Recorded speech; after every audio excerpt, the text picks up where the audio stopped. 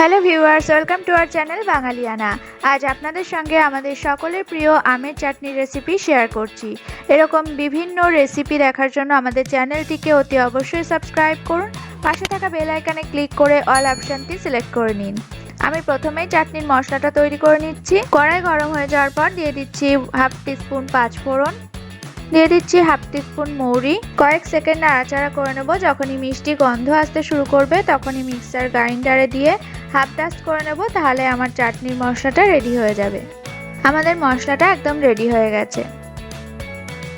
এবার ওই কড়াইতেই দিয়ে দিচ্ছি 1 টিস্পুন মাস্টার্ড অয়েল, দিয়ে দিচ্ছি হাফ টিস্পুন গোটা সর্ষে।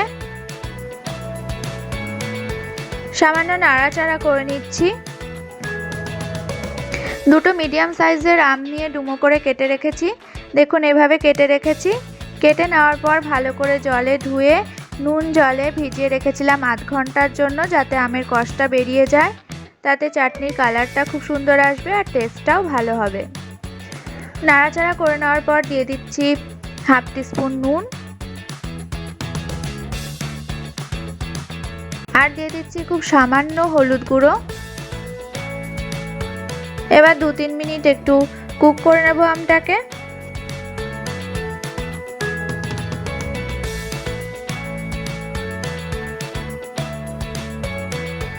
দু 3 মিনিট নাড়াচাড়া করার পর দেখুন আমের কালার চেঞ্জ হয়ে গেছে।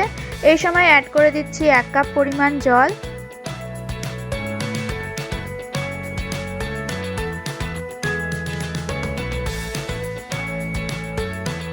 ঢেকে দিচ্ছি 5 মিনিটের জন্য। 90% পর্যন্ত আমটা বয়েল করে নেব। 5 মিনিট পর চেক করে নিয়েছি, আমটা 90% বয়েল হয়ে গেছে। এই সময় অ্যাড করে দিচ্ছি 250 গ্রাম চিনি।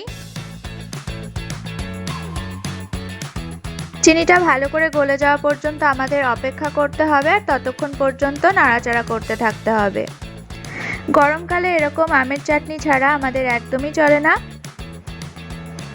আমাদের শেষ পাতে সবসময় এরকম চাটনি আমাদের সাথে থাকে, তা অবশ্যই একবার ট্রাই করুন।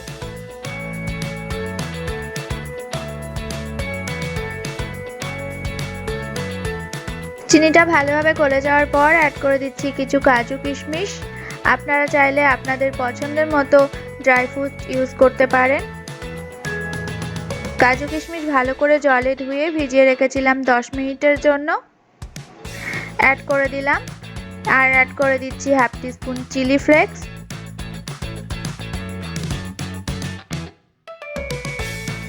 সবশেষে দিয়ে দিচ্ছি আমাদের তৈরি করে রাখা ভাজা মশলা 1 টিস্পুন।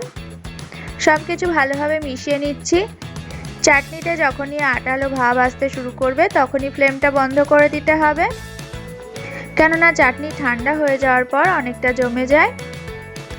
আমাদের ভীষণই টেস্টি আমের চাটনি একেবারে রেডি হয়ে গেছে। দেখুন আমটা কতটা সফট হয়েছে।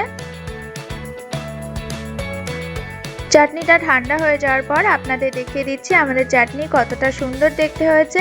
আমি কিভাবে আমের চাটনি রান্না করি সেটাই আপনাদের সাথে আর শেয়ার করলাম। ভালো লাগলে লাইক শেয়ার কমেন্ট করতে একদমই ভুলবেন না। আর অতি অবশ্যই আমাদের চ্যানেলটিকে সাবস্ক্রাইব করে আমাদের সাথে থাকুন।